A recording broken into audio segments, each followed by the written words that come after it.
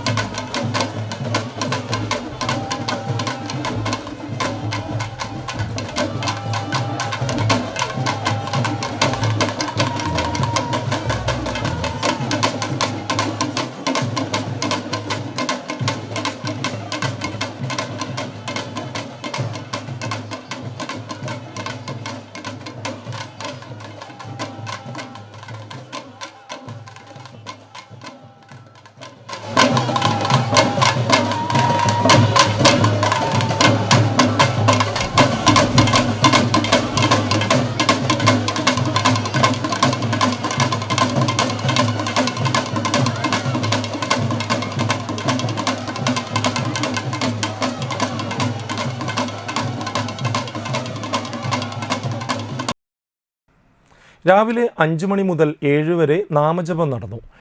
തുടർന്ന് കാവടി തെയ്യം ബ്രഹ്മതേജോമയം ക്ഷേത്രത്തിൽ നിന്ന് പുറപ്പെട്ട് കടലേറ്റ അർപ്പക്കൽ നിന്ന് കിഴക്കോട്ട് പുറപ്പെട്ട് കോടൻ വളവ് വഴി പ്രിയ സെൻറ്ററിലെത്തി 11 മണിയോടെ ക്ഷേത്രാങ്കണത്തിൽ എത്തിച്ചേർന്നു.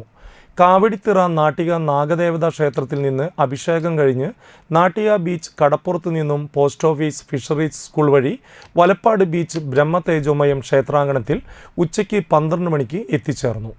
വലപ്പാട് ബീച്ച് തെക്കൻ ശാഖയുടെ കാവടി ശിങ്കാരിമേളത്തിൻ്റെ അകമ്പടിയോടെ കോതകുളം പാരീസ് നഗറിൽ നിന്ന് പുറപ്പെട്ട് ഉച്ചയോടെ ക്ഷേത്രാങ്കണത്തിൽ എത്തിച്ചേർന്നു.